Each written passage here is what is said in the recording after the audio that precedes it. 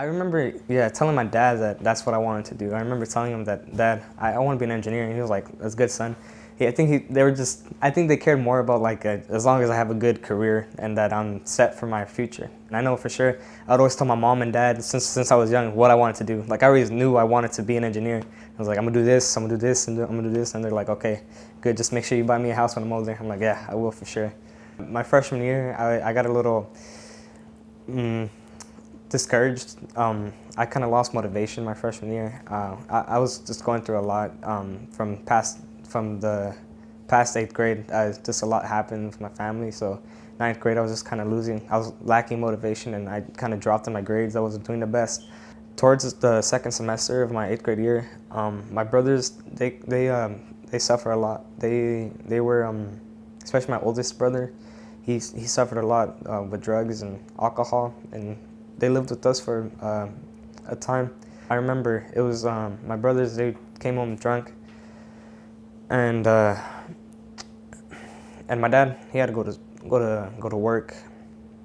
So it was pretty late, and he told them to be quiet, to stop being so loud and obnoxious, and things escalated from there. And one thing led to another, and my dad, I just remember my dad, he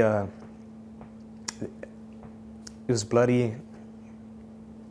So yeah, they had assaulted my dad.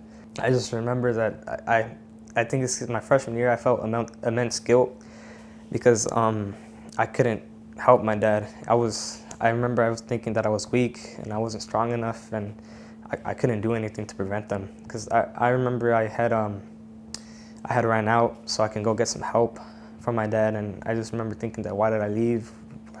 Why didn't I do anything? Violence is something that I kind of grew up with.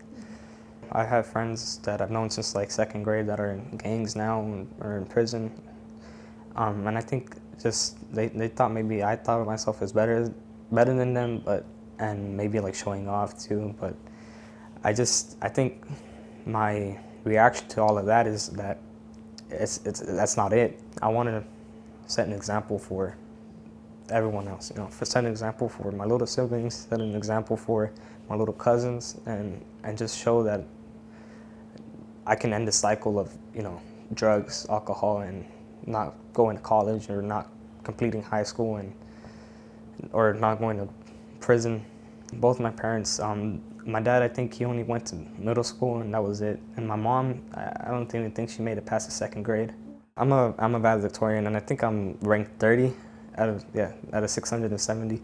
But I'm the first in my intermediate family to go to UC Berkeley.